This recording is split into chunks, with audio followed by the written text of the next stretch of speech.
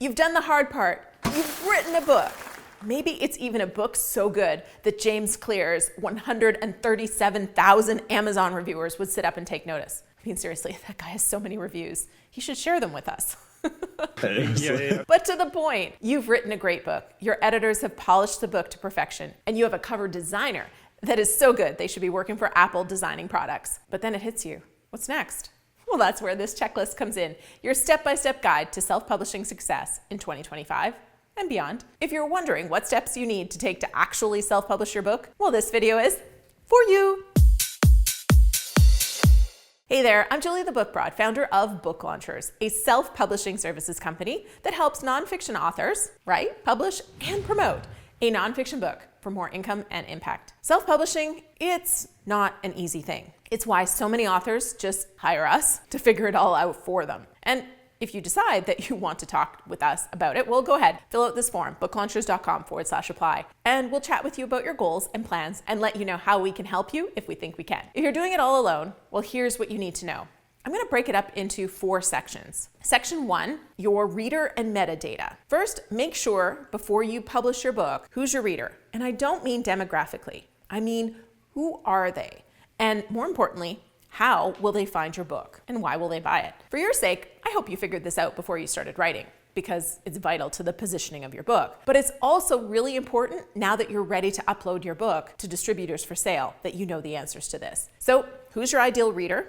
And what problem does your book solve for them? If you're not clear on this, your marketing efforts will be scattered and your metadata will be off. So focus in on this one for your messaging. Now, my favorite story of focusing in and being clear was from a book we worked on many years ago called Tactical Lockpicking. It's all about how to get through locked obstacles in emergencies. And yes, the book sold really well in the first responders market. And that is where our marketing efforts were focused in the beginning. But not too long after we started marketing the book, a crime writers conference organizer reached out and wanted the author to come and speak because guess what? Crime writers want to get the details right on how a burglar might be doing the same thing as the first responders to get into a building or a property. So when you focus on a single reader, it doesn't mean other readers won't find your book. It just means you have a clear market that will buy your book to begin with. So metadata is a big part of this. That's your title, your subtitle, your keywords, and your bisect codes. That's your digital fingerprint for your book. So picking a precise and specific bisect code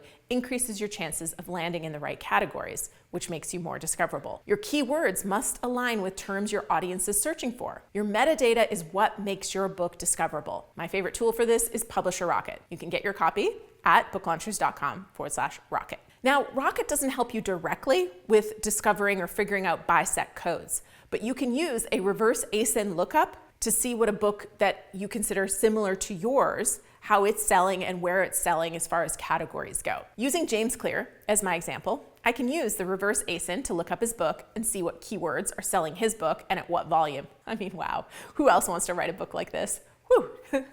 James is doing well. Then you can click on the competition analyzer and now you can dig into the categories here and see what categories are trending and how many sales you need to top that category. Phew, I'm staying away from competing with James in these categories, but you can see how this is going to help you, right? So spend some time in the metadata research so you have the right Amazon categories. You choose the bisect code that's appropriate for your book. I'll link to a video at the end that will help you with that and get your keywords right. Section 2, distribution decisions. And my recommendation is more than just Amazon. Before you go for distribution setup, let's make sure you've purchased your ISBN or ISBNs, one for each format, and you've filed for copyright with the US Copyright Office. Make sure you've also created a simple copyright page that goes inside of your book, and then you're ready for uploading your book for distribution. Now, you can choose to upload only on Amazon, and you'll save by not buying an ISBN, but I strongly advise against it. Yes, Amazon dominates, but should you rely solely on them? I don't think you should. The power of wide distribution should not be underestimated. Platforms like Ingram Spark will reach the bookstores. Draft2Digital can get your book into libraries, global ebook platforms like Kobo and Apple Books. I don't recommend you put all your eggs in the Amazon basket because there are days when Amazon bots decide something's wrong with your book and suspend your account, or you just might be missing out on great readers who won't use or don't use Amazon. Beyond Amazon and bookstores and libraries, consider direct sales for control and profit. Selling from your own website, you can use tools like Shopify plus Lulu or Shopify plus BookVault or other systems. If you're only doing digital, you could use BookFunnel or StoryOrigin for secure delivery. But doing this lets you keep more revenue and gets you the buyer data. It's more work, but it's more control. For audiobook distribution, beyond Audible, I recommend platforms like Findaway Voices or Authors Republic. They can get your audiobook into international markets and libraries, and audiobooks are booming. I highly recommend this. By the way, if you want help with distribution setup, we've recently added that to an add-on service we offer. You can just email us at team@booklaunchers.com or visit our website, booklaunchers.com, for the details. The accounts and files will all be yours. My team will just manage all the distribution upload for you and help troubleshoot issues for 2 weeks afterwards because, oh my gosh, can it be challenging. Section 3, pre-launch plans for review and marketing. Honestly, pre-launch can be a long period of time or a short period of time. It depends on what kind of a launch strategy you're executing. But whether you're doing 2 days, 2 weeks, or 2 months, and I do hope it's closer to 2 months than 2 days, your pre-launch phase can make or break your book's debut. And there's literally dozens of things that you should be doing during pre-launch. But here's whatever every author should be doing to set yourself up for pre-launch success. Number 1, sort out catalog problems. Use platforms like Ingram Spark to sell your print book for a 6-week pre-sale, to work out technical glitches and build buzz. But check where it's listed because we find Barnes & Noble often needs a nudge to populate correctly. What I mean by that is sometimes the cover's not there, sometimes it's not the right cover, and other platforms are just slow to load. If you're international, it often takes 8 weeks for the catalogs to populate, like at Chapters Indigo. Every catalog updates on its own schedule. So the pre-sale period is your time to get everything in working order for launch. And while you're doing that, start collecting some sales. If you're using Amazon, take advantage of their pre-order feature for ebook. Early reviews. This is also something you can be working on. Recruit your book army, those early readers who are going to leave verified reviews on day 1. Consider offering discounted copies or exclusive perks to incentivize them. Submit for editorial and other book reviews during this time too. This is also the time to ask for more or just some endorsements and more.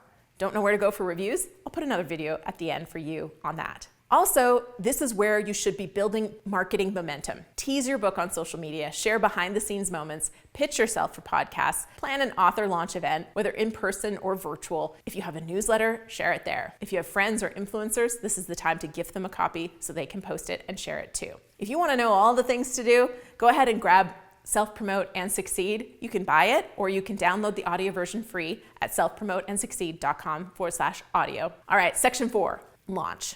Getting your book noticed. Even the best book won't sell itself, and it's definitely not going to sell if nobody knows about it. We've already made sure that your book was discoverable, but now maximize some of Amazon tools. Make sure your book is available in the Look Inside program. If you're not using KDP, you'll want to make sure you submit for that. You can set up an Amazon Author Central page to improve your book's visibility. Leverage social proof. Post screenshots of your first reviews. Share testimonials or showcase reader-generated content on your social media or in your newsletter. Explore niche marketing, whether it's pitching to podcasts, running guest blogs, going live with a fellow author.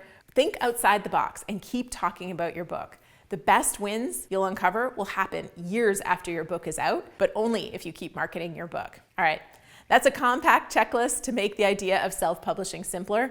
If you've hired a company to help you and they aren't book launchers, my really important tips for you are to make sure you get the source files from that company, buy your ISBN, file your own copyright, and please make sure you're getting access to the distribution accounts. There's nothing more frustrating for an author than not being able to see if their book is selling or their promotional efforts are yielding results. If you have your KDP account login, or you can access your Draft to Digital account or Ingram Spark account, you can log in every darn day if you want and see if books are selling. If you've left the distribution accounts in the hands of someone else, not only are you at their mercy to get paid, but you also don't have data. And data is an author's best friend when it comes to not only your emotional energy management, but your financial resources and where they should be spent. So now, if you're not already subscribed to this channel with those notifications on, that's your first to do, because you want to catch all the fun and content from this channel so you're successful as an indie author. But then you're going to want to see this video on BISEC codes and this one on the review sites to submit your book to.